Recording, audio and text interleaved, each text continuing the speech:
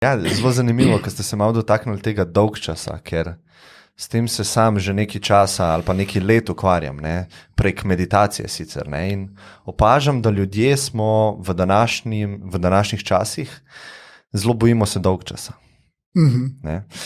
Se pravi, to tudi pri odraslih velja. Ne? Se pravi, grem zdravnici, čakam v čakalnici, gledam malo okrog, plakati so, preberem vse, ne? Potem je pa na voljo telefon.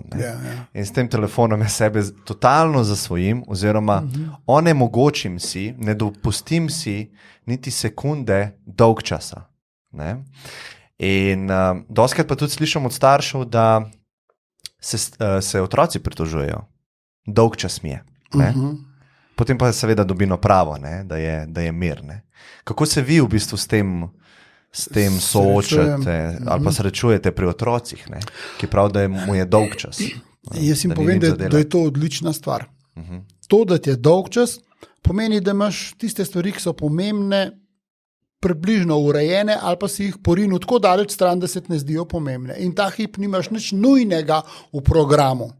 To je, se pravi, odpade bolezen, ki se ji reče nujnoritisa. To je, zdaj pa, kaj pa bi zdaj? Zdaj imaš pa, ves svet je ta hip na voljo. Ja, kako ves svet? Je lej, če hočeš nekaj narisati, lahko. Če hočeš nek načrt narediti, lahko. Če hočeš nekaj napisati, lahko ustvariš. Če hočeš nekaj z lesa narediti, lahko narediš. Če hočeš iz stiropora nekaj oblikovati, lahko narediš. Če hočeš iz kartona in z onim toplim lepilom, lahko nekaj ustvariš. Celo vas, celo mesto lahko narediš iz tega. Ulice, vse sorte stvari, lahko tudi pobarvaš. Lahko. Ja, pa jaz tega ne znam. Ja, seveda, znaš, kako znaš. Tako, da začneš delati. Z delom se naučiš. In izdelki bodo boljši in boljši, ne? Itak, če začneš take stvari nekaj graditi, gradiš proti sebi. Najprej začneš zadaj in bolj naprej bodo boljši izdelki. A ja, tako kot knjigo, če jo ilustriraš, ne smeš najprej naslovnice narediti, ker bo to najslabša slika potem. Od vseh, ne? In lik ne bo tako, kot je na koncu. Pa naslovnico moš na zadnje narediti, ne? Tisto, kar ti je najbliže. In me je vprašala ena punca, kaj pa pravi, knjige pišete, kaj je najboljš pri knjigi? Ja, takrat, ko imam pred sabo bel list papirja pa nalivko. Takrat je čisto vse je mogoče. Karkoli. Vsakršna zgodba, vsakršen zaključek. Bo knjiga, ne bo knjige, 50 strani ali pa 500 strani, a mogoče bojo nadaljevanja, Rambo 1, 2, 3, 4, ne, to ne bojo, ampak možnost pa je, možnost pa je. A pol to fino, seveda je fino je, da te je dolg čas, ker pol počakaš, pustiš, da možgani, takrat, kad je dolg čas, možgani vseeno, ko poveš najstnikom, ko spiš, delajo možgani tam 70-80%, a ne, glede na budnost, niti podrazno ne spijo, ampak urajajo zadeve. Zato imaš včasih sanje, zato včasih imaš rezultat, ki ga zvečer nisi poznal.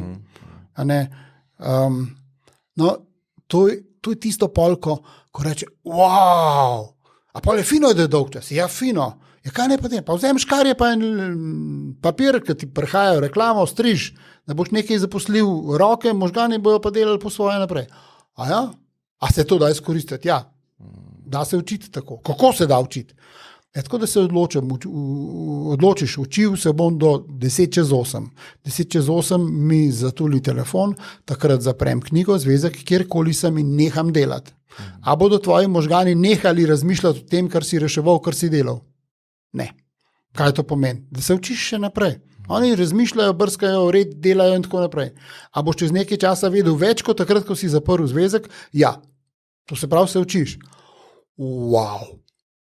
In ko ugotovijo, da dolgčas ni nekaj groznega, da ni treba ves čas nekaj in da je čisto v redu, če si kdaj nekje v kotu in primeru, ker zdaj niso popularni introvertirani ljudje, niso popularni tisti, ki so v resnici ta pravi znanstveniki.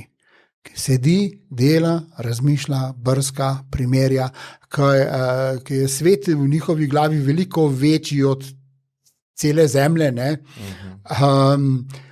Tisti danes niso cenjeni. Danes so cenjeni tako kot jaz, dajmo roke na veliko, 1,5 m raven, takole, 1,80 m raven, sem, placa, bum, bum, bum.